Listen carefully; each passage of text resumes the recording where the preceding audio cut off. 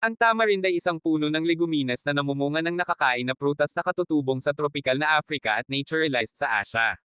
Ang genus Tamarindes ay monotypic, ibig sabihin ay naglalaman lamang ito ng species na ito. Ito ay kabilang sa pamilya Fabaceae.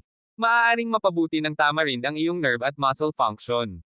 Ang tamarind ay napakahusay para sa pagbaba ng timbang at ito ay isang magandang lunas para sa diabetes dahil makokontrol nito ang iyong mga antas ng asukal.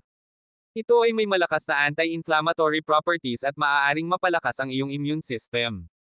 Mapoprotektahan ka rin ito mula sa karaniwang mga impeksyong microbial at fungal. Mabuti ba ang tamarind para sa creatinine? Ang paglabas ng calcium at phosphorus ay hindi gaanong naiiba habang ang creatinine excretion ay nabawasan sa paggamit ng sampalok, 225.66 dagdag, minus 81 na miligramo creatinine, araw na may sampalok at 294.5 dagdag, minus 78.76 na miligramo creatinine, araw na walang tamarind. Ang tamarind ay isang puno ng leguminas na namumunga ng nakakain na prutas na katutubong sa tropikal na Africa at naturalized sa Asia. Ang genus Tamarindes ay monotypic, ibig sabihin ay naglalaman lamang ito ng species na ito. Ito ay kabilang sa pamilya Fabaceae. Maaaring mapabuti ng tamarind ang iyong nerve at muscle function. Ang tamarind ay napakahusay para sa pagbaba ng timbang at ito ay isang